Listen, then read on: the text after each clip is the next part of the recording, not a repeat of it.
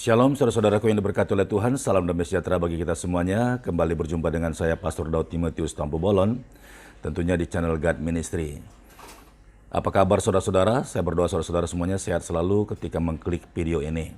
Ya, kali ini saya akan mengajak saudara-saudara melihat kesaksian dari seorang ibu yang hanya karena mendengarkan lagu-lagu pujian di sebuah gereja, akhirnya ibu ini tertarik dan hatinya dibukakan oleh Tuhan, sehingga ibu ini sampai hari ini dibenci oleh keluarganya karena telah menjadi pengikut Yesus sejati. Ibu ini sebenarnya berasal dari Situbondo dan keluarga-keluarganya masih fanatik, bahkan dari keturunan Arab. Yuk, mari sama-sama kita saksikan kesaksian daripada ibu ini. Tuhan Yesus memberkati. Saya ini berasal dari Situbondo. Dan kelahiran saya itu di Bondowoso, besar saya di Situbondo. Saya punya orang tua, saya masih keturunan Arab. Di situ saya dibesarkan, dididik secara Muslim yang fanatik. Dia mendidik saya dan anak-anaknya itu tidak boleh sampai meninggalkan sholat. Itu marah sekali. Subuh pun kami digedor harus sholat. Saya punya rumah itu berhadapan dengan sebuah gereja. Waktu saya masih kecil. Saya berhadapan dengan sebuah gereja, saya punya rumah, terus ada jalan raya, di sebelahnya itu gereja. Di situ mereka itu kadang menyanyi, kadang tepuk tangan, kadang menangis. Saya juga penasaran, karena saya masih kecil waktu itu. Saya sembunyi-sembunyi, saya nyebrang ke gereja tersebut. Saya mendengarkan itu orang menyanyi itu, saya senang sekali sampai itu saya berdiri sampai orang pulang gereja, saya juga ikut menyeberang pulang secara sembunyi-sembunyi. Suatu ketika ada yang lapor, karena di situ tuh kalau orang pulang gereja itu tukang-tukang becak banyak. Dia laporkan kalau anaknya itu seringkali dia menonton orang lagi beribadah di gereja. Orang tua saya itu bilang, kamu ini Yahudi, kamu mau nonton-nonton orang gereja, kamu mau jadi kafir. Saya dipukul waktu itu. Tapi kok saya makin penasaran. Nah, saya anggap saja saya ini masih anak-anak itu, walaupun dipukul, saya ingin ke sana seperti hari Minggu itu, seperti ada orang yang ayo ke sana nonton. Saya penasaran dengan waktu itu, saya masih ingat, masih kecil, saya sudah saking setiap minggu saya berdiri di gereja situ. Lagu itu saya ingat, sampai saya nyanyikan ke rumah. Lagunya itu yang berbunyi, puji Tuhan, haleluya, puji Tuhan, haleluya. Jadi saya pulang ke rumah, saya nyanyikan. Saya di kamar tuh saya menyanyi. Didengarlah dengan orang tua saya, sama Umi. Umi marah sekali sampai menangis-menangis. Kamu itu kenapa? Kok harus meniru orang kafir? Itu kan lagunya orang kafir, kamu nyanyikan. Tapi saya kalau menyanyi itu saya bahagia sekali. Saya sembunyi-sembunyi saya menyanyi. Pergi lagi. Padahal saya dipukul itu bukan dipukul main-main dengan orang tua ini. Sampai pakai sendal saya dihajar. Waktu itu masih kecil. Tapi saya mau pergi lagi. Keinginan saya mau pergi ke gereja itu saya kuat sekali. Saya harus pergi, sembunyi. Nyebrang lagi saya. Nonton orang ini di gereja. Di situ saya tiba-tiba menemukan orang pulang semua, saya dapat satu Alkitab. Alkitab itu kalau nggak salah Perjanjian Baru, kecil. Saya bawalah ke rumah, tapi saya berusaha saya baca. Yang saya ingat tuh di Abraham memperanakan. Saya ketawa sendiri, saya bilang apa ini ya, kok memperanakan. Saya nggak puas, saya tanyalah ke teman saya. Karena saya tanya ke teman saya, ini apa? Saya dapat Alkitab ini. Wah, teman mengaji saya itu marah sekali. Kenapa kamu mau pegang itu Alkitabnya orang Kristen? Jadi di dalam rumah itu tidak boleh ada Alkitab seperti bagaimana ya? Kalau ada itu, marah sekali seperti satu bencana itu Alkitab itu. Tidak mau saya buang, saya tidak mau membakar. Tapi saya ada teman saya satu, tetangga saya kan Cina semua di situ, buka toko. Jadi saya tanya, ada Cina, saya tanyakan sama dia, kamu orang Kristen? Enggak, saya ini Buddha. Oh, terus kamu punya saudara Kristen? Ada. ini saya mau kasihkan Alkitab, bisakah kasihkan saudara kamu? Saya tidak mau membuang itu, jadi saya kasihkan di teman saya punya saudara. Mereka dengan senang hati mereka nerima itu Alkitab. Karena saya dulu dididik itu mulai dari kecil itu ya, saya masih ikut sekolah madrasah siang-siangnya. Dari madrasah malamnya saya mengaji. Pokoknya saya dimasukkan ke pesantren yang ada di daerah Probolinggo itu. Orang tua saya itu kalau di antara saudara itu mungkin saya yang paling sering dipukulin itu. Yang paling sering dipukul karena saya mungkin waktu masih kecil itu saya tidak membantah. Tapi saya ya itu seperti tadi. Dilarang saya menonton orang gereja, saya pergi menonton. Pergi ke gereja sana.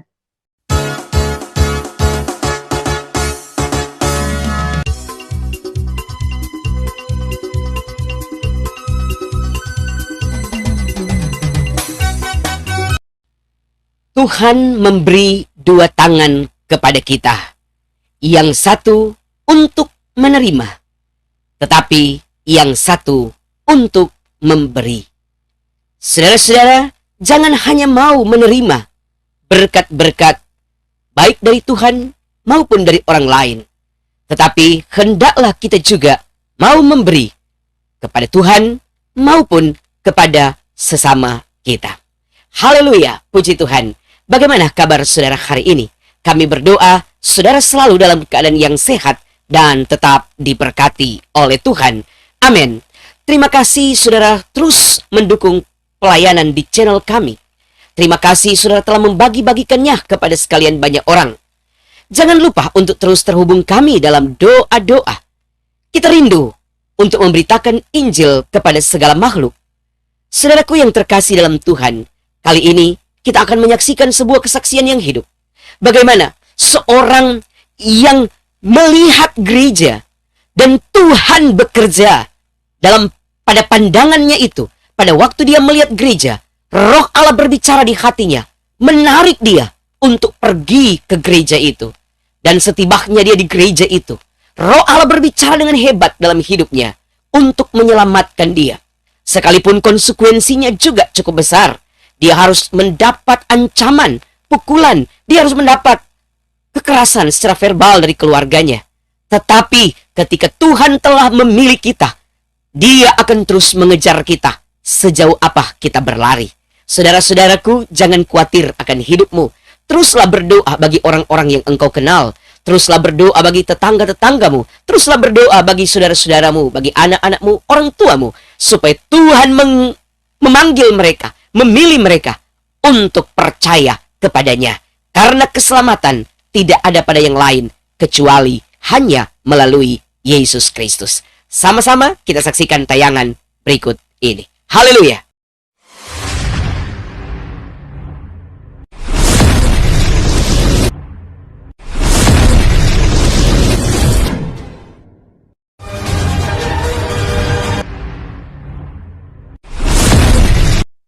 Saya mau memperkenalkan diri saya. Saya ini berasal dari Situbondo. Dan kelahiran saya itu di Bondowoso, besar saya di Situbondo. Saya punya orang tua, saya masih keturunan Arab. Saya 8 bersaudara, saya anak pertama. Di situ saya dibesarkan, dididik secara Muslim yang fanatik, yang tidak boleh meninggalkan sholat. Bahkan orang tua saya ini, abi saya mempunyai 2 istri. Yang umi saya ini istri kedua. Di situ orang tua saya melihat umi ini. Saya mulai dari kecil saya melihat seringkali mereka menangis. Karena kadang-kadang dibanding-bandingkan. Orang tua saya sangat keras. Dia mendidik saya dan anak-anaknya itu tidak boleh sampai meninggalkan sholat. Itu marah sekali. Subuh pun kami digedor harus sholat. Saya punya rumah itu berhadapan dengan sebuah gereja. Waktu saya masih kecil. Saya berhadapan dengan sebuah gereja, saya punya rumah, terus ada jalan raya, di sebelahnya itu gereja.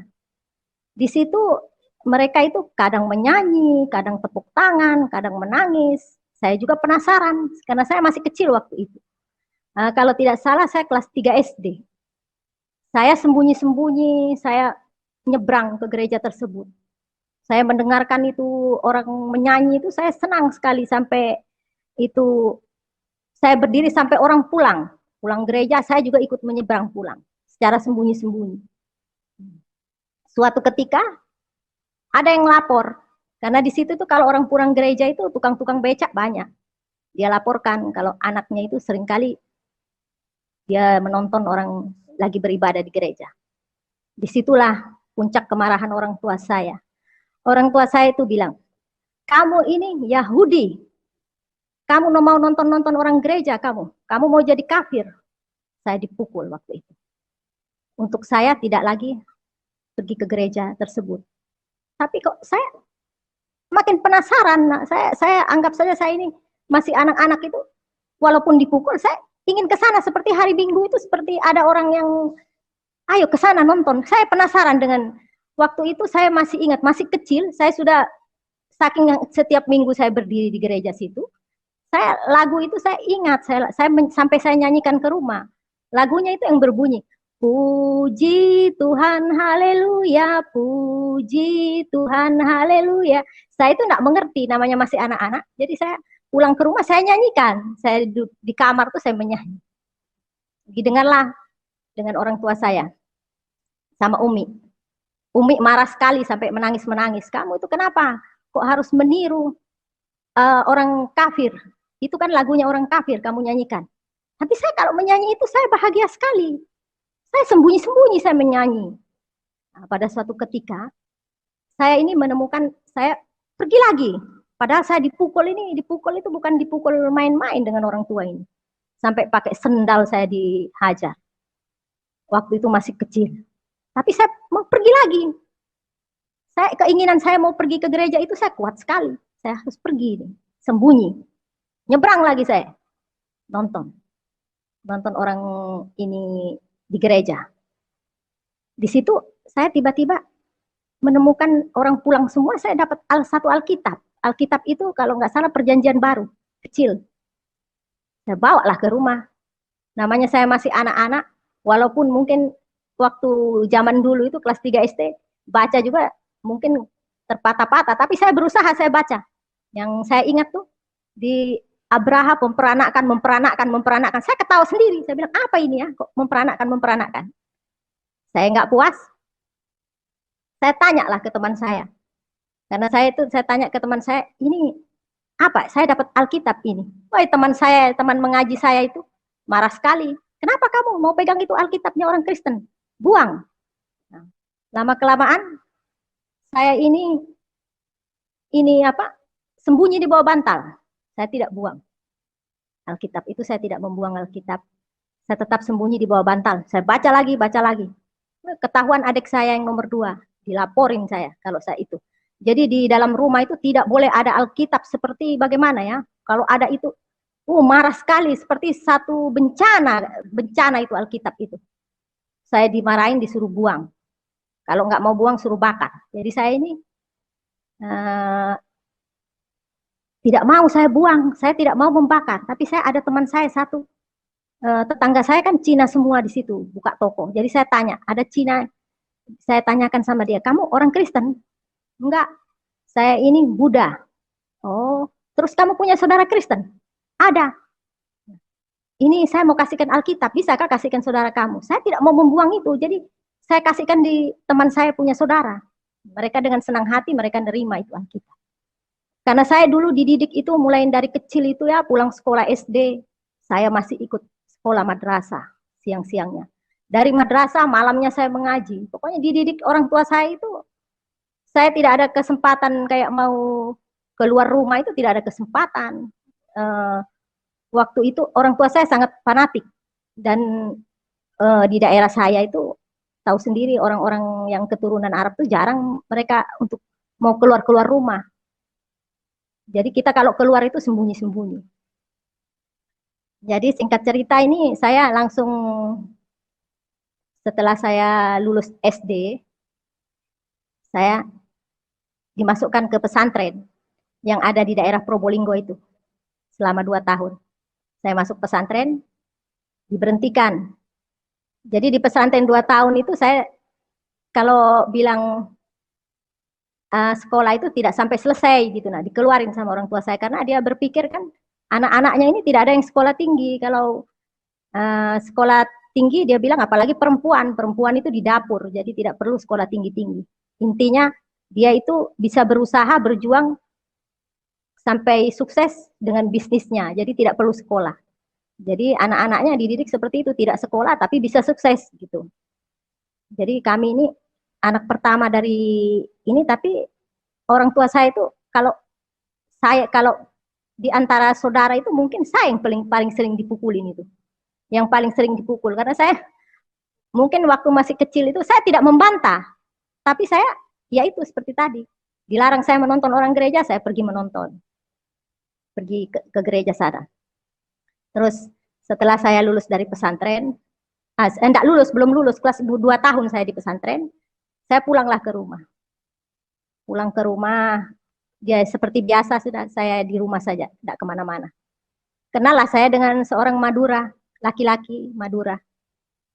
Itu pun ketahuan saya dipukulin, karena untuk suku yang keturunan Arab itu harus dia harus menikahnya dengan orang Arab, tidak boleh untuk menikah, apalagi walaupun sesama Muslim, itu tidak boleh, harus ada keturunan. Jadi saya dipukul sama orang tua saya. Dipukulin itu bukan main, saya dipukulin. Pakai selang saya dipukul. Saya paling sering dipukul dengan orang tua itu. Nah, habis itu setelah saya dipukulin, sudah saya berhenti, sudah enggak lagi saya berteman sama itu yang orang Madura itu.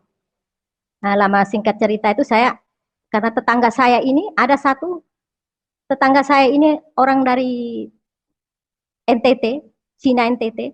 Di situ banyak cowok-cowok orang NTT. Nah, banyak sekali itu cowok-cowok orang NTT. Disitulah saya mengenal yang pujaan hati saya ini, yang sekarang. Terus ini saya kenalan dengan yang sekarang menjadi suami saya berkenalan di situ. Dia beragama Kristen. Orang tua saya marah sekali, saya tidak boleh berkenalan dengan orang-orang yang tidak seagama dengan saya. Dan di sebelah saya itu, saya punya teman. Satu teman saya itu orang Cina. Dia sangat akrab sekali, dekat dengan saya. Di situ saya mempengaruhi dia itu untuk mengikut saya, karena yang teman saya itu bersaudara itu ya satu yang Cina itu ada yang beragama Muslim, ada yang beragama Kristen. 2 orang ini taat, dia ke gereja, sering ke gereja. Tapi yang satu teman saya ini tidak pernah dia ke gereja.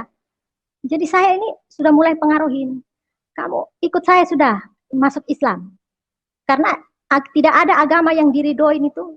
Yang paling benar itu hanya Islam, saya pengaruhi. Dia itu karena dia tidak pernah ke gereja, dia tidak mengenal firman, dia percaya sama saya. Saya bawalah ke abi saya. Abi saya juga ngomong seperti itu. Akhirnya dia boleh bergaul karib dengan saya karena dia mau mengikut saya. Saya ajak terawih dia, saya pinjami mukena, dia pergi. Hari Jumat saya ajak ke masjid. Walaupun mungkin perempuan itu tidak wajib ke masjid, tapi saya pergi ajak dia, saya mau melatih dia untuk dia mengikuti saya beragama Islam. Nah, habis itu si teman saya yang Cina ini sudah mulai bergaul hari-hari dengan saya. Setelah hari-hari dengan saya, dia mulai masuk terawih itu, dia ikut saya terus setiap hari terawih dia ikut. Saya melatih dia untuk dia menjadi seorang Muslim. Tapi teman saya ya puji Tuhan, sekarang dia menikah dengan orang yang taat akan Tuhan. Waktu itu kan mungkin ya orang buta menuntun orang buta ceritanya. Seperti itu. Jadi kita sama-sama buta, sama-sama menuntun ke jalan yang ini. Sekarang dia ya puji Tuhan, teman saya itu menikah dengan orang yang setia dengan Tuhan. Makanya dia sekarang, kalau saya kadang-kadang saya teleponan, saya bilang saya mengingat masa lalu, dia ketawa. Dia katakan, orang buta menuntun orang buta. Di situ saya kalau mengingat itu. Nah, setelah saya ini ya ketemu dengan yang sekarang jadi suami saya ini, sebelum saya ketemu, saya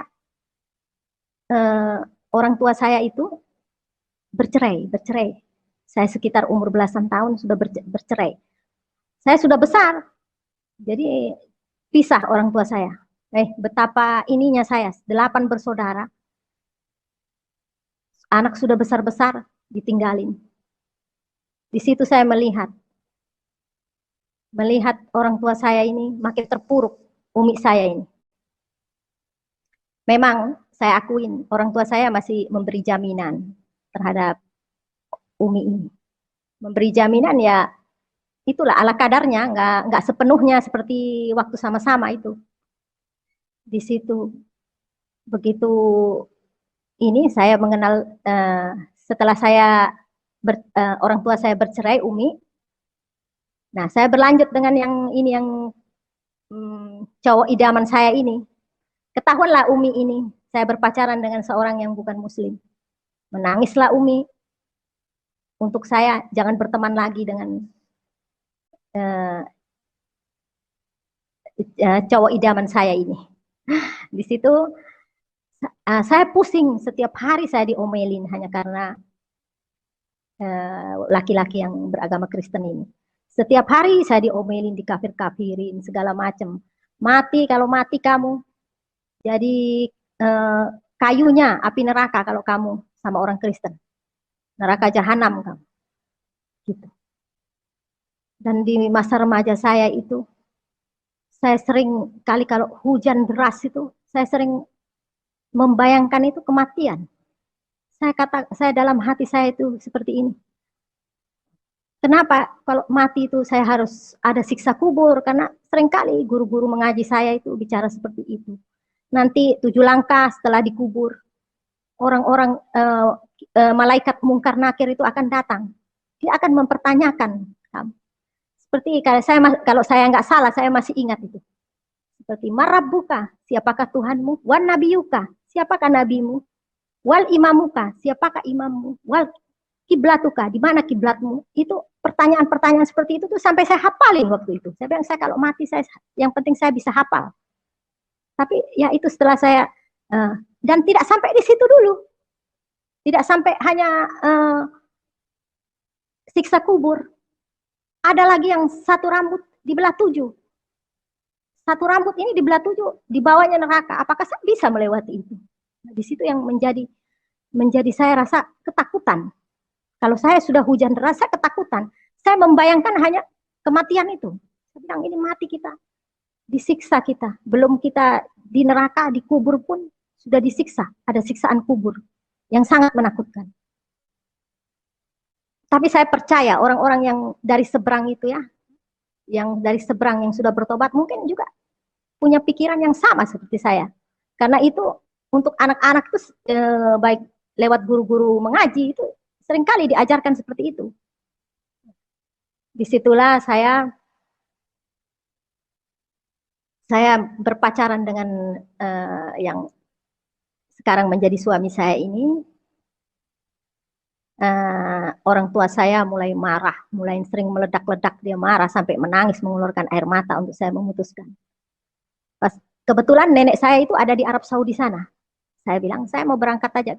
Orang tua saya bilang, kamu lebih baik pergi ke Arab di sana, ke Arab Saudi. Daripada kamu di sini, nanti kamu jadi sama orang kafir.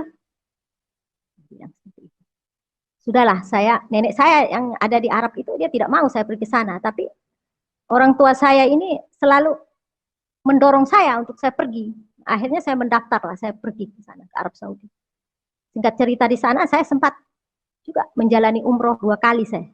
Umroh setiap tahun, bulan puasa itu saya ke sana. Saya pergi ke Masjidil Haram.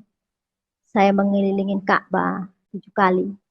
Habis itu saya lari-lari kecil antara Safa dan Marwah itu sudah saya lakukan. Menggunting rambut di sana itu sudah saya lakukan. Saya mau menjadi Islam yang taat. Di situ saya berdoa. Saya memohon. Bahkan Hajar Aswad itu saya mencium itu Hajar Aswad. Saya berusaha walaupun itu ada polisi di situ yang jaga, saya berusaha untuk saya bisa mencium Hajar Aswad. Karena itu kalau waktu saya dulu kalau sampai bisa mencium batu hitam itu adalah ya, keberuntungan. Tidak semua orang yang bisa mencium. Di situ, habis itu saya setelah 2 tahun saya pulang kembali ke Indonesia. Secara tidak disangka, tidak ada kabar berita sudah bertahun-tahun dengan cowok pujaan hati saya ini. Tiba-tiba saya kan ya suami saya ini dia mantan petinju. Dia seringkali kalau tinju itu dia datang ke situ Bondo. Dia mau bertinju. Kebetulan waktu saya datang dari Arab kira-kira 2 minggu, saya nggak tahu dia kalau mau datang karena saya tahunya dia sudah di Jawa Barat, tidak ada lagi di tempat saya. Di situ saya diketemukan di rumahnya, kebetulan istri pelatihnya itu teman saya, akrab dengan saya. Saya pergi ke sana, tiba-tiba ada ini yang cowok ini, yang cowok idaman saya ini ada di situ. Disitulah saya bertemu kembali, menyambung kembali, cinta lama bersemi kembali di situ saya dengan cowok saya ini. Nah, habis setelah dia bertanding, dia kasih alamat sama saya, sudah sepakat sudah. Saya bahwa saya akan lari. Karena tidak mungkin saya kalau kawin dengan orang Madura yang itu mau nikah aja, kalau saya berani menikah tidak boleh, tidak diizinkan. Mau dilamar aja tidak diizinkan. Harus sama-sama. Di situ saya langsung pergi saya. Saya tinggalin kota Situbondo. Saya tinggalin, saya cari alamat Jawa Barat. Disitulah saya mulai bersama-sama dengan suami saya itu. Bersama-sama mengurus pernikahan. Suami saya itu bilang, yang calon suami saya ini bilang, kamu mau menikah apa? Terserah kamu. Karena dia bukan orang Kristen yang taat. Mau menikah Islam ya silahkan, mau nikah Kristen ya silahkan, tergantung dari kamu saja. Saya pikir, saya ini kalau menikah Islam, pasti sudah saya dicerai. Di tengah perjalanan pasti sudah dicerai. Itu karena melihat kondisi orang tua saya seperti itu, anak sudah besar-besar bisa dicerai, apalagi ini. Jadi saya seperti itu. Saya memilih, saya bilang karena teman saya pernah bercerita sama saya. Pernikahan Kristen itu tidak dapat diceraikan karena apa yang sudah Tuhan persatukan tidak dapat diceraikan oleh manusia. Jadi saya memilih, saya mau menikah secara Kristen saja. Disitulah saya menikah di Jawa Barat. Setelah saya menikah di Jawa Barat, orang tua dari suami saya sakit keras, disuruhlah pulang. Walaupun pulanglah saya ikut suami saya ke timur, di daerah timur sana. Nah, walaupun orang tua suami saya ke sana, orang tua ibu dari suami saya ini sudah meninggal. Jadi orang rame-rame. Mereka hanya menungguin saya dengan suami saya datang. Meninggal. Setelah itu, saya sering ikut ibadah. Tapi mulai itu hati saya ini kok gak ada damai sejahtera ya dalam hati saya. Sama aja kayaknya saya ini. Kayaknya biasa-biasa saja saya ikut ibadah ini. Tidak ada yang, ibadah saya itu tidak ada yang bagaimana ya. Seperti saya pergi ibadah itu dengan pulang itu sama saja.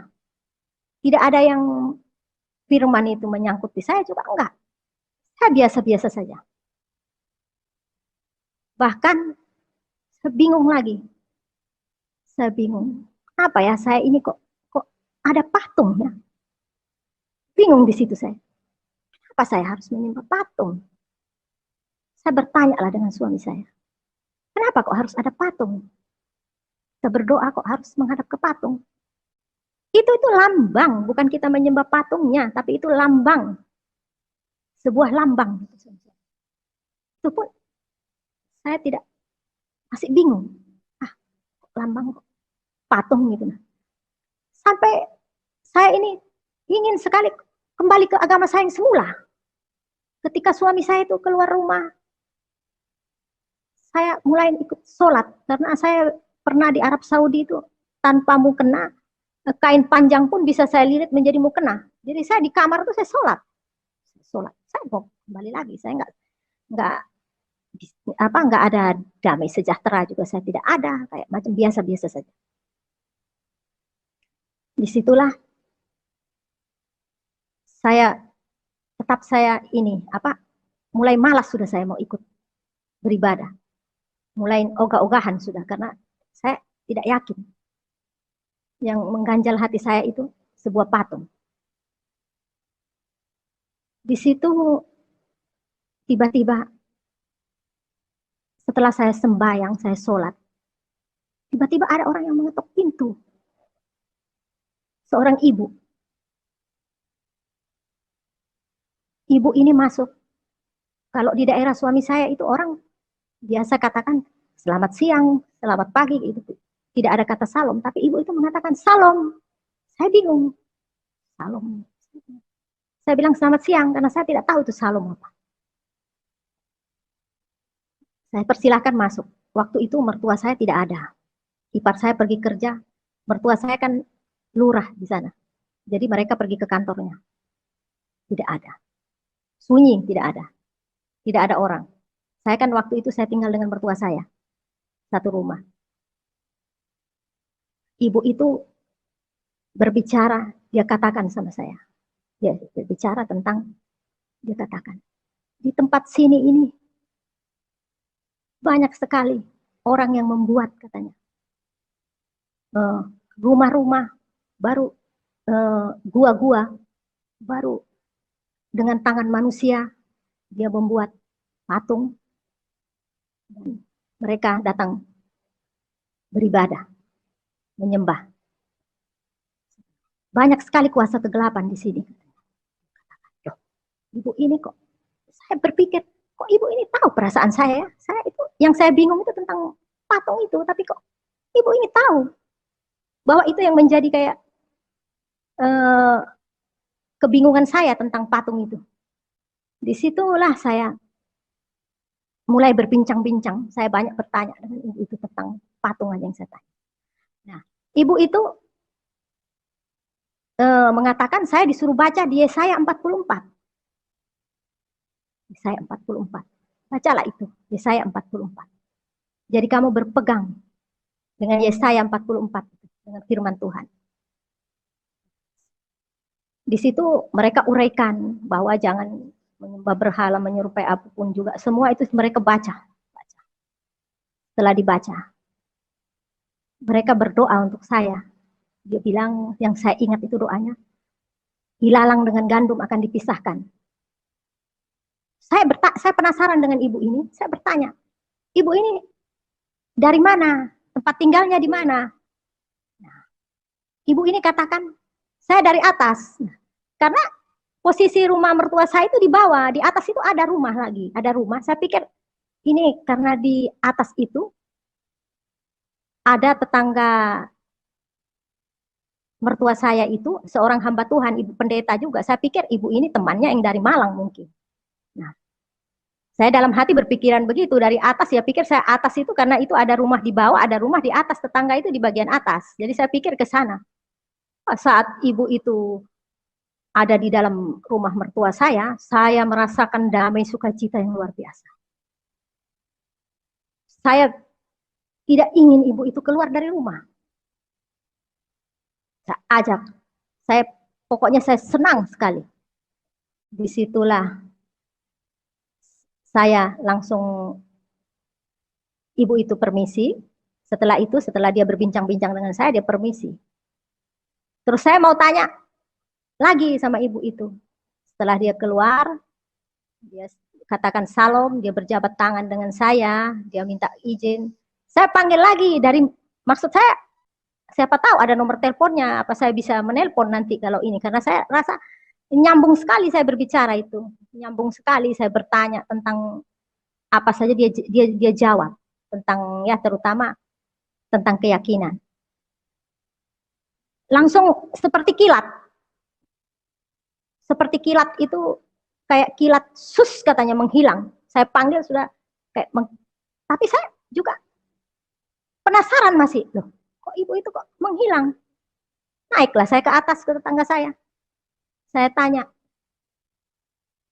ada seorang ibu ya, barusan nih ada orang ibu-ibu ini datang ke rumah. Dia dari sini kah? Nggak ada itu. Nggak ada, cuman ada kakak saya katanya. Saya makin penasaran. Apa ini? Saya tidak tahu, tetap saya penasaran dan saya sampai berbicara sama ipar saya. Ada seorang ibu datang ke sini, saya berbicara seperti yang saya bicara tadi. Yang saya bilang patung-patung itu saya bicarakan. Ada ipar saya ini marah. Kenapa ibu itu tidak ketemu saya ya? Kalau seandainya ketemu saya akan ngomong sama dia. Sembarang aja mereka ngomong. Seperti itu. Di situ saya melihat selama saya berada di timur. Minta maaf ya, bukan saya mau menjelekkan. Ini satu kesaksian. Kelakuan suami saya itu memang dia temperamen orangnya. Karena dia mantan petinju. Di situ dia selalu bikin onar. Orang tua yang jadi lurah, tapi dia yang setiap hari dia berkelahi dengan orang. Kelakuannya itu minum, habis minum pukul orang. Itu saya sudah sering saya melihat suami saya punya kelakuan. Bahkan bapaknya takut sama dia. Di situ bapaknya sendiri takut. Bapaknya sampai bagaimana ya kalau seumpamanya orang tua yang jadi lurah, tapi dia yang seringkali ini ada orang lewat, dia tanya, ada KTP? Malam ini, habis mabok dia orang lewat ditanya, ada KTP? Padahal malam dia tanya orang itu, intinya cari gara-gara. Nggak ada, langsung dipukul orang itu. Sering sekali saya kalau dia mukulin orang, saya langsung ini bawa orang itu ke rumah sakit karena orang itu sampai berdarah-darah. Seringkali dia dipukuli, mukul. Orang tanpa salah, kadang tanpa kenal, mukul. Akhirnya mertua saya ini kasihan sekali. Orang yang sangat sabar mertua saya itu. Dia biar dimarahi dengan suami saya, dia tidak pernah menjawab. Dia tahu karakter anaknya seperti itu. Di situ sakitlah mertua saya ini. Karena mungkin pikiran dia lurah, seringkali dipermalukan dengan cara anaknya seperti itu. Terus suami saya berpikir, bapak sudah sakit. Tiba-tiba ada orang itu dari transmigrasi. Dia sepertinya sukses di transmigrasi. Dia sementara saya bingung juga, saya dalam hati saya tidak mungkin tinggal di sini terus kalau suami saya ini terus kelakuannya seperti ini, sifat aslinya sudah keluar di daerahnya sendiri. Di situ akhirnya orang itu bercerita tentang transmigrasi, tertariklah suami saya untuk mau ikut. Saya bilang, ya ayo sudah kita merantau, saya bilang. Daripada di sini kasihan juga bapak. Saya bilang, kasihan juga dengan adik-adik. Karena adiknya itu tidak boleh salah, kalau salah main tangan terus, main tangan. Di situ saya merantau. Nah, saya melahirkan anak kedua, karena melahirkan anak kedua, meninggal, 15 hari saya pergi merantau. Saya melahirkan anak kedua itu, anak saya meninggal. Saya pergi merantau ikut transmigrasi.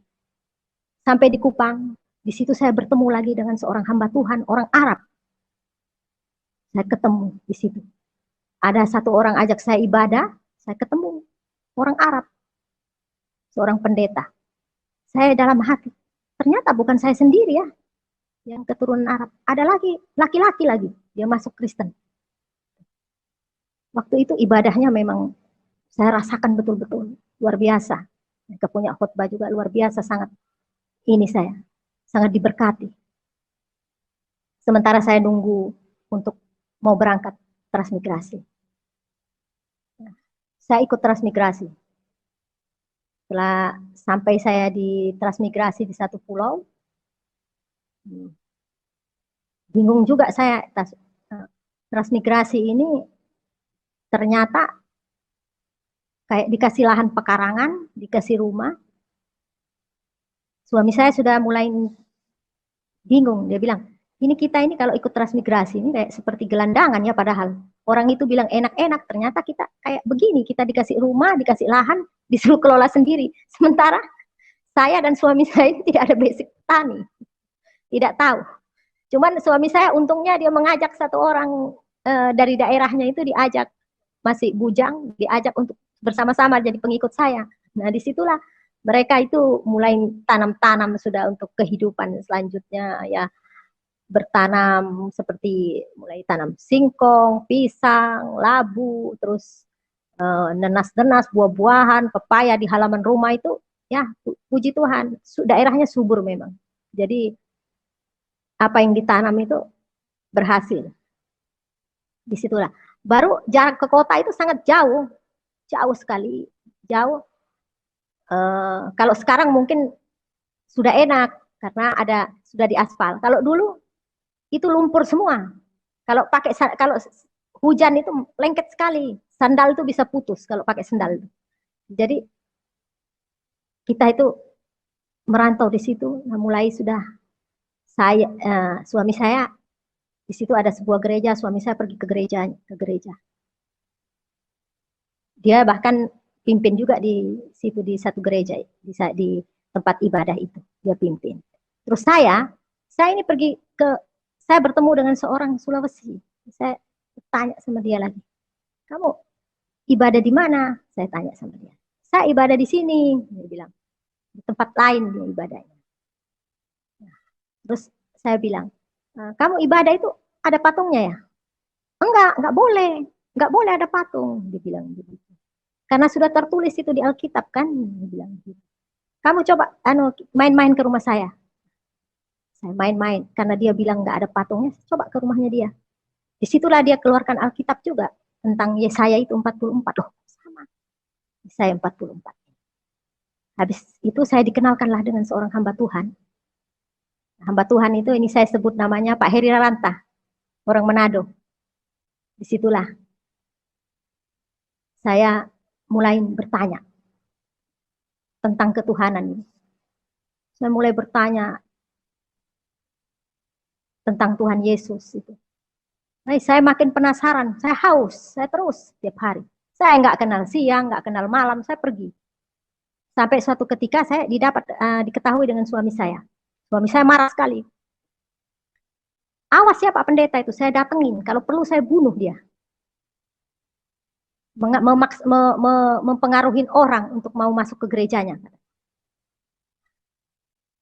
Saya katakan, saya tidak pernah dipengaruhi, saya sendiri yang datang. Saya bilang begitu. Tapi tetap dia menyalahkan pendeta itu. Bikin malu kamu. Saya sudah di gereja sini, kamu ke sana. Terus waktu itu saya karena sudah belajar banyak dengan hamba Tuhan ini, saya katakan dengan suami saya, kita cari keselamatan masing-masing. Karena keselamatan ini kita cari masing-masing. Kalau menurut kamu bisa selamat, kamu bertumbuh di situ, saya tidak pernah memaksa kamu. Saya juga jangan kamu paksa. Saya akan mencari keselamatan saya sendiri. Akhirnya, karena saya terus-menerus jawab seperti itu, dia diam sudah. Gereja ya, masing-masing gereja. Lah, masing-masing gereja kami jalani. Terus, saya sudah mulai bisa berbicara firman sudah dengan suami saya. Suami saya itu walaupun dia beragama dari kecil, dia tidak tahu firman, tidak mengerti. Di situ apa yang saya dapat dari pendeta saya bicarakan.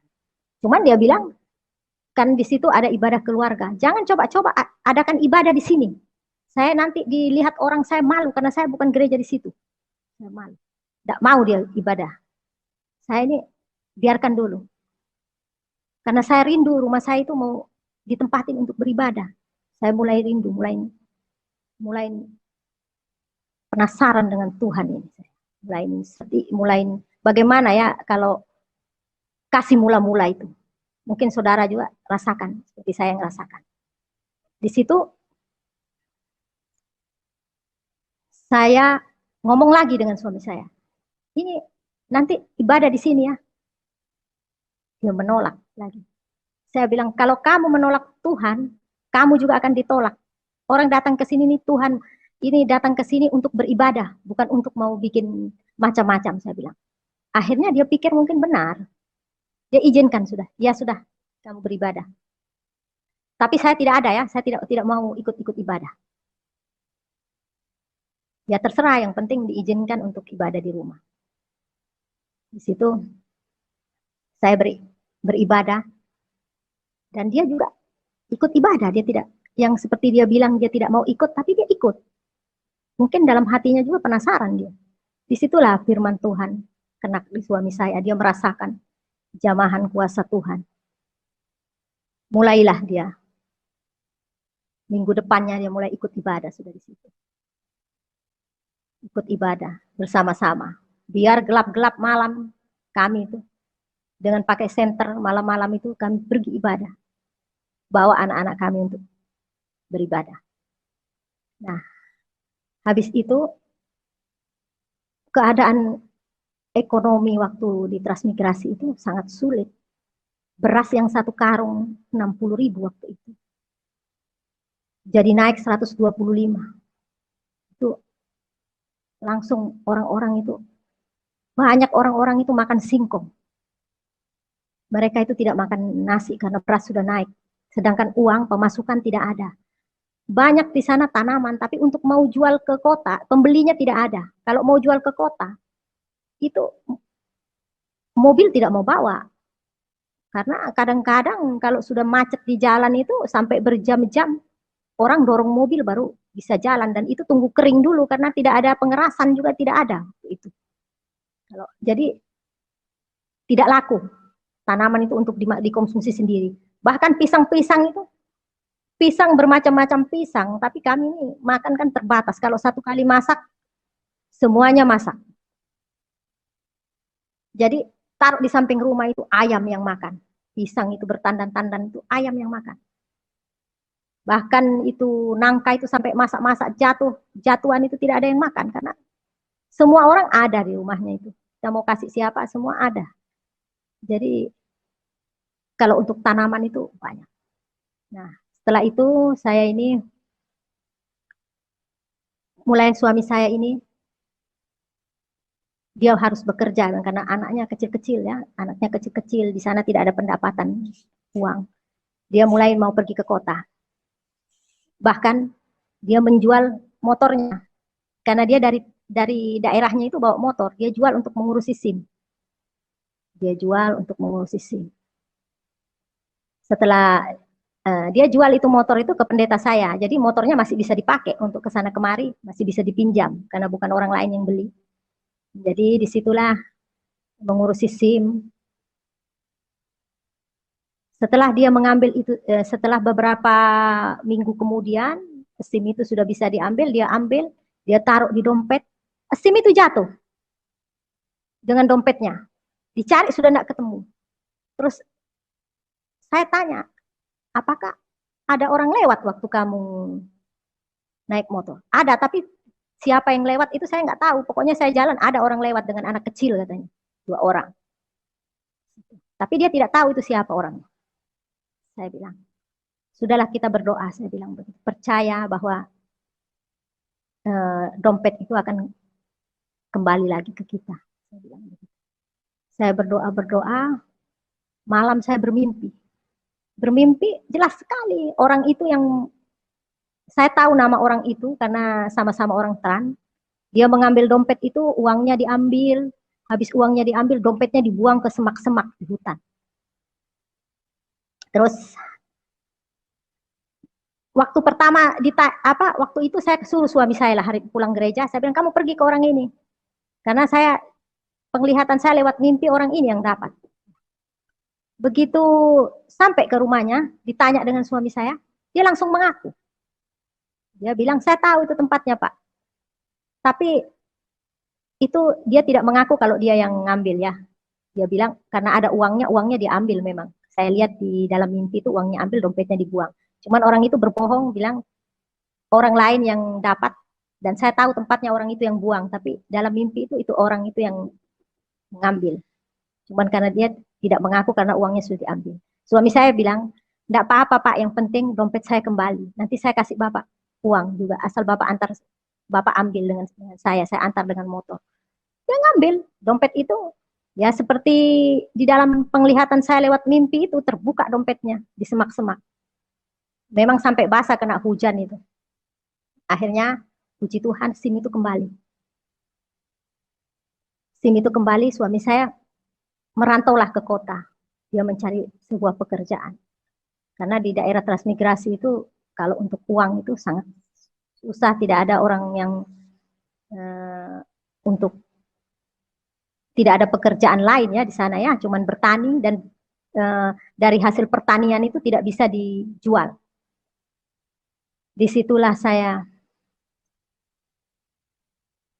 melihat mukjizat-mukjizat terjadi terhadap diri saya setelah suami saya pergi ke satu tempat untuk mencari pekerjaan. Saya rajin berdoa. Tengah malam saya bangun, saya berdoa, saya bergumul sama Tuhan. Saya bergumul.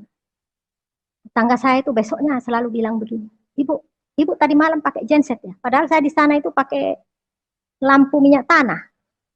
Bahkan kalau tidur itu ditaruhnya satu aja di tengah-tengah supaya cahayanya itu ini.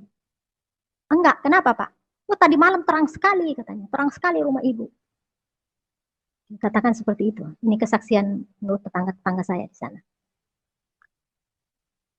Setelah saya waktu suami saya pergi itu beras itu hanya 5 kilo. Tidak ada lebih dari 5 kilo, 5 kilo. Saya taruh di satu tong. Setiap hari saya mengambil beras itu. Setelah beberapa minggu saya lihat beras ini kok tetap segini. Padahal saya ambil terus. Setiap hari saya makan dengan kenyang. Bahkan ayam-ayam, saya banyak ayam waktu itu. Saya hambur kasih ayam, saya kasih ayam makan itu ya. Saya kasih makan ayam.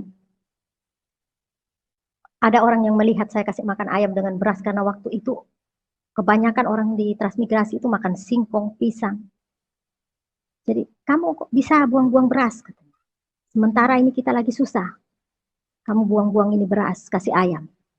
Kamu makan ya? Saya makan dengan saya bilang saya mau masak. Saya makan ya sewajarnya sampai kenyang, bahkan sisa-sisa nasi itu saya kasihkan ayam. Bahkan orang itu saya ajak makan juga. Ajak makan.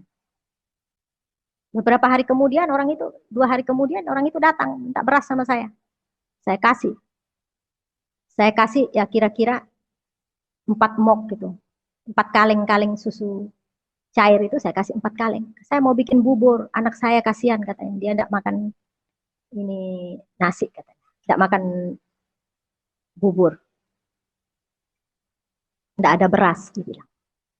Nah, berjawa sampai 2 bulan, beras itu tetap saja. Suami saya kan belum dapat kerja. Beras itu tetap, saya ambil, tetap, tidak berkurang. Saya masak, bahkan saya kasihkan orang, tetap segitu.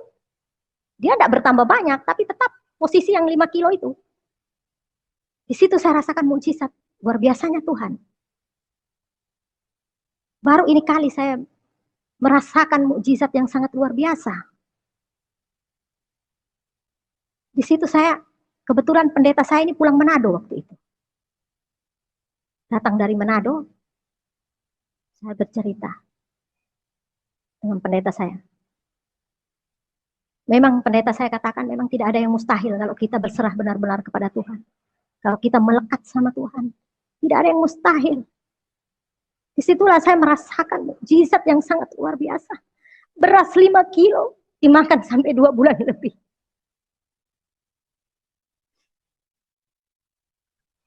Bukan hanya itu, saudara. Anak saya yang pertama itu, siang-siang saya pergi ke pendeta karena saya penasaran tentang Tuhan ini. Saya selalu bertanya tentang Tuhan. Pendeta saya. Kalau secara manusia mungkin pendeta saya itu, kalau secara manusia pasti bosan. Enggak siang, enggak malam, enggak pagi saya datangin hanya bertanya tentang ketuhanan Yesus. Di situ sementara saya bertanya, saya bertanya tentang ketuhanan Yesus. Anak pertama saya lagi memancing dia pas di halaman rumah itu, di belakang itu ada sungai yang biasa dia memancing, sering dapat ikan di situ. Kira-kira waktu itu anak saya kelas 2 SD. Tapi sudah pintar dia memancing. Tapi dia juga rajin sekolah minggu. Setelah itu saya di Pak Pendeta, saya pulang, saya mendapati anak saya ini seperti ketakutan, dia masuk dalam rumah, demam badannya. Saya tanyakan sama anak saya, kenapa kamu kok kayak ketakutan? Saya melihat belalang. Belalang berkepala manusia botak. Nah, di depan rumah saya itu ada ada pohon ubi tahunan itu. Dia hinggap di situ. Saya lihat itu terbakar itu, pohon itu, daun-daun itu layu. Terus saya bilang dalam nama Yesus saya bilang. Terus terbakar di situ mama katanya. Disitulah saya melihat, saya lihat memang daun itu layu. Jadi iblis ini tidak suka ketika saya bertanya-tanya tentang Tuhan, maka anak saya mau diserang. Tapi untungnya anak saya itu sekolah minggu, jadi diajar untuk menengking kalau ada sesuatu. Di situ saya melihat kuasa-kuasa Tuhan yang sangat luar biasa di daerah transmigrasi. Akhirnya, setelah suami saya datang ini ya, 2 bulan dia datang. 2 bulan lebih dia datang ke daerah transmigrasi. Dia membawa ya sembako berupa beras, bahkan snack-snack makanan anak-anak dari hasil gajinya dia yang kerja. Dia sudah mendapatkan pekerjaan, dia pulang, sudah mendapatkan hasil. Disitulah saya melihat beras itu saya ambil sudah mulai berkurang. Pendeta saya katakan, Tuhan itu tahu pada saat ini berkat yang sudah disiapkan lewat pekerjaan suami ibu di situ, itulah yang berkat yang Tuhan kasih. Jadi beras itu sudah mulai berkurang. Sampai saya kadang bercanda dengan pendeta saya, kalau seandainya tetap mukjizat terjadi seperti itu, maka saya tidak akan pernah membeli beras. Saya katakan gitu, saya bercanda. Tapi pendeta saya katakan, Tuhan itu maha tahu. Setelah itu, saya mengikuti suami saya ke kota, karena dia sudah mendapatkan pekerjaan. Saya mulai ikut, sudah. Saya mulai menyewa rumah yang sangat sederhana. Karena waktu itu gaji suami saya masih kecil, saya menyewa rumah juga kecil. Di situ pertama saya pindah ke kota, habis pindah dari kos 1 ke kosan yang satu lagi. Saya mau cari yang lebih besar lagi, yang agak layak. Jadi mulai suami saya gaji meningkat, saya mulai lagi cari tempat yang agak besar supaya saya lebih nyaman saya tinggal. Di situ saya berdoa lagi, Tuhan, ketiga kali jangan sampai saya ini menyewa lagi Tuhan. Ketiga kalinya saya punya tempat tinggal sendiri Tuhan. Walaupun itu gubuk-gubuk Tuhan, saya tidak mau menyewa. Saya katakan sama Tuhan seperti itu. Apa yang terjadi? Memang betul. Tuhan kasih. Tuhan kasih. Waktu itu saya tidak punya uang untuk mau membeli rumah. Kok saya mau menyewa, tiba-tiba temannya yang orang DPR ini beli saja itu. Ada orang mau jual tanah ke dia, tiba-tiba dia bilang suruh saya yang beli. Sementara saya tidak punya uang. Akhirnya nanti saya akan berikan uang itu sekian. Saya bilang saya masih cari tambahannya ini. Berapa lagi saya harus cari tambahannya? Tiba-tiba ada lagi DPR 1 karena tahu saya mau beli rumah, suami saya bercerita, dikasih lagi. Saya hanya menambah sedikit saja sesuai dengan kemampuan saya yang ada di tangan saya uang. Saya menambah, disitulah saya punya tanah dengan rumah yang sederhana. Ya sesuai permintaan saya bilang gubuk, ya seperti gubuk-gubuk. Itu rumah pertama yang saya beli. Disitulah Tuhan kasih. Saya pindah dengan rumah sendiri sudah di kota. Karena saya bilang sama Tuhan, ketiga kali saya tidak mau menyewa lagi Tuhan. Saya mau punya rumah sendiri. Walaupun gubuk-gubuk, dan memang sesuai doa dijawab, saya dikasih gubuk. Rumah yang sederhana saya dikasih, yang saya dapat tinggal beberapa tahun di situ. Ya sepuji Tuhan, itu sudah saya mengucap syukur sama Tuhan atas semua kebaikan Tuhan. Pada tahun 2000, saya sudah dibaptis dengan suami. Saya sudah mengikut Tuhan Yesus. Setelah saya dibaptis, saya mulai setia sama Tuhan. Ya, lewat kesaksian-kesaksian, saya perorangan. Dulu belum ada live seperti ini, jadi saya kesaksian. Keperorangan. Di situ ada beberapa jiwa yang sudah diselamatkan. Ada orang dari Manado sana yang sudah masuk ikut suaminya, masuk ke Muslim. Dan dia terkena penyakit leukemia. Saya katakan kembali, Tuhan Yesus adalah dokter di atas segala dokter. Karena sakitnya yang sangat parah, dokter itu menyuruh dia itu untuk mencuci darah. Sementara dia tidak mampu untuk mencuci darah karena dia hanya berkebun saja. Jadi satu hari dia semaput itu berkali-kali. Berkali-kali semaput. Sudah tidak ada, kalau secara manusia dia itu tidak dapat sembuh. Bahkan dia itu sudah diruqyah berkali-kali. Tidak bisa. Akhirnya saya suruh kembali, dia kembali. Dia kembali, suaminya masing-masing agama. Anaknya juga tetap dia katakan suaminya, kamu tidak apa-apa, kamu mau kembali, tapi saya dengan anak saya tidak akan ikut kamu. Tapi saya dengan sabar, saya datang. Saya bawa hamba Tuhan yang sekarang sudah almarhum, Bapak Siagian. Saya datang, walaupun saya tidak kenal panas, tidak kenal hujan, saya datang. Kalau saya ajak bicara, suaminya itu tidak pernah menyaut.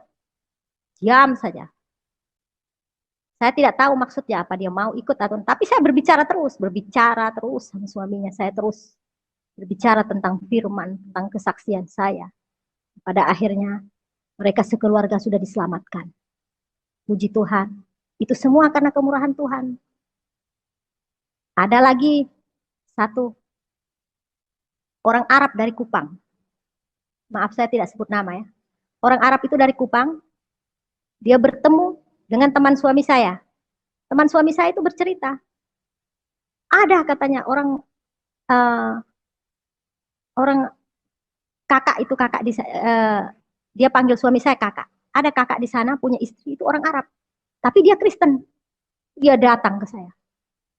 Dia datang. Oh mari saya datang. Nggak bisa. Dia harus kembali.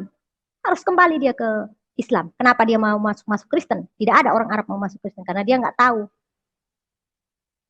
Kalau orang Arab sekarang sudah banyak masuk Kristen. Yang saya ketemu hamba-hamba Tuhan itu banyak sekali. Laki-laki, perempuan.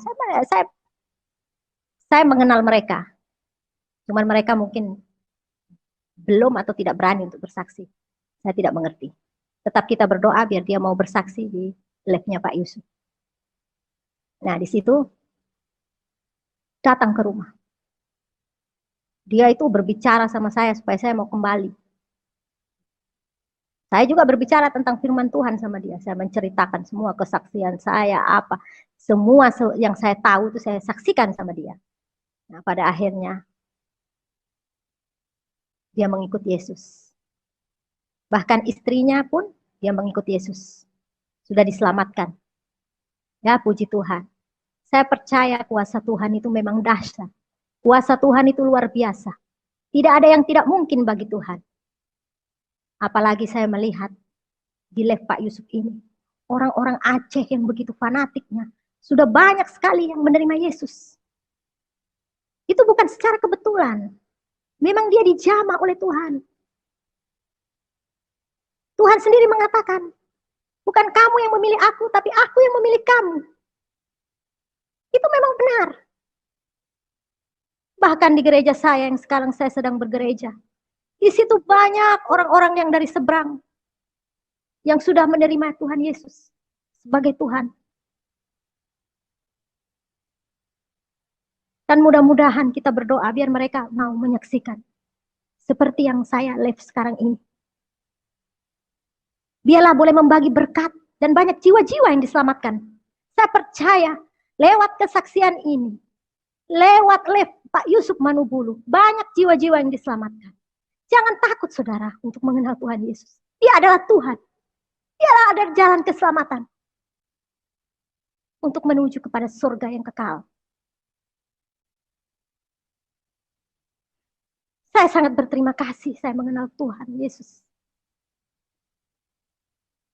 Saya merasakan perubahan di dalam diri saya. Dulunya saya kan tinggal di daerah Situbondo itu Madura yang sangat kasar. Saya pun dulu saya kasar, saya garang, saya berani sama orang. Saya tidak pernah takut orang.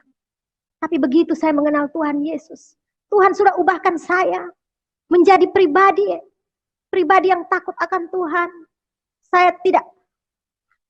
Hati saya merasakan damai, sukacita yang luar biasa. Dan saya tidak bisa kasar dengan orang, saudara. Saya tidak bisa. Saya banyak mengalah, saudara. Itu bukan karena saya. Itu semua karena Tuhan. Kuasa Roh Kudus yang memampukan saya untuk yang bisa merubah karakter saya hanya Tuhan, saudara.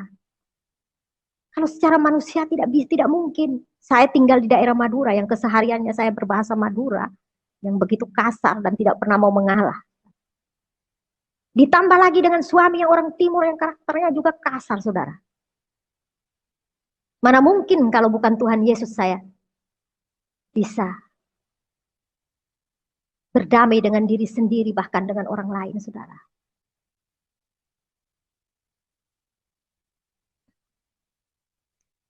Nah, ini yang tadi terlewatkan, saudara. Saya tahun 2006, saya sempat pulang ke Situbondo. Ini yang terlewatkan. Minta maaf, saudara. Ini mungkin sudah ini. Saya pulang ke Situbondo. Awalnya saya di daerah transmigrasi itu saya bersurat karena saya masih ingat alamat saya bersurat dengan orang tua saya. Rupanya dibalas, saudara, surat saya setelah 8 tahun kemudian saya meninggalkan orang tua, dibalas surat saya yang isinya foto adik-adik saya. Itu. Di situ saya dapat berkomunikasi karena saya dikasih nomor telepon di rumah. Dia menyuruh saya pulang. Tahun 2006 saya sempat pulang ke Situbondo, saudara, menemui Umi ini. Tapi dengan Abi saya tidak bertemu. Karena Abi juga sudah pernah menurut saudara saya itu mengancam.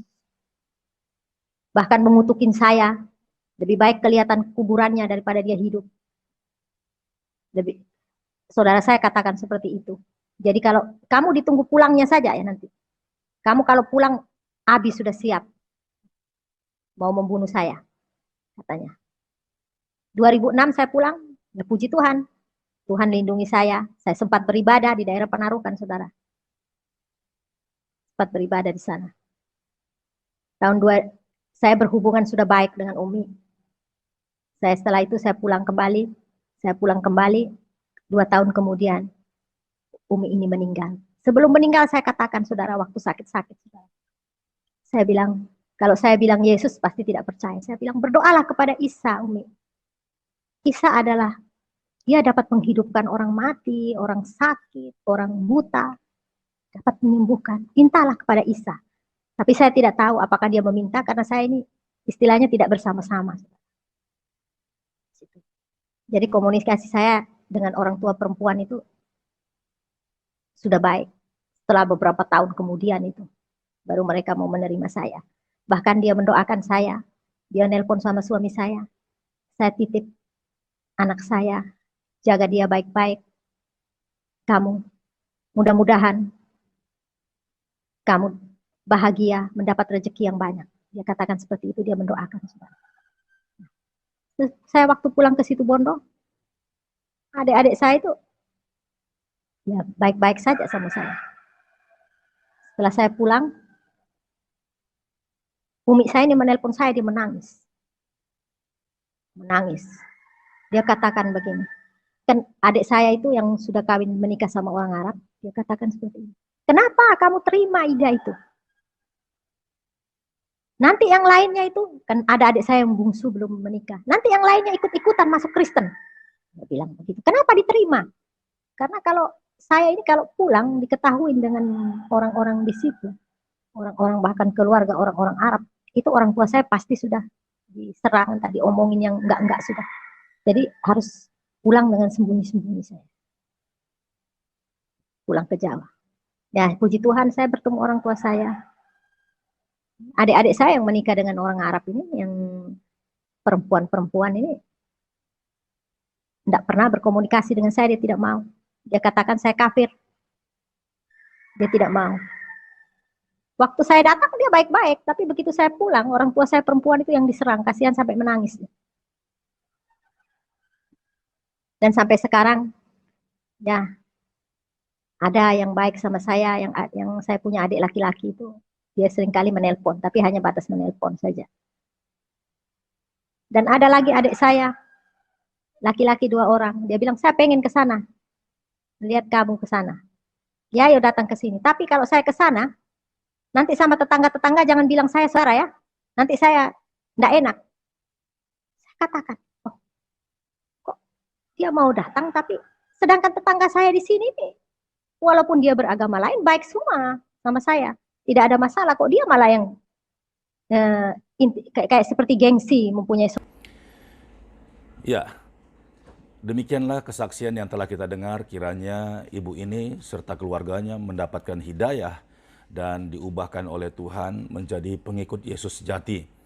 Karena kita percaya firman Tuhan ya dan amin. Satu jiwa dimenangkan, maka seisi keluarganya akan diselamatkan. Roh Kudus kiranya memimpin dan memberikan roh keberanian kepada ibu ini untuk tetap berani bersaksi, baik khusus buat keluarganya, ibunya, saudara-saudaranya, bahkan tetangga-tetangganya. Dan kiranya video ini juga menjadi berkat bagi kita semuanya. Sampai jumpa di video berikutnya. Tuhan Yesus memberkati. Shalom.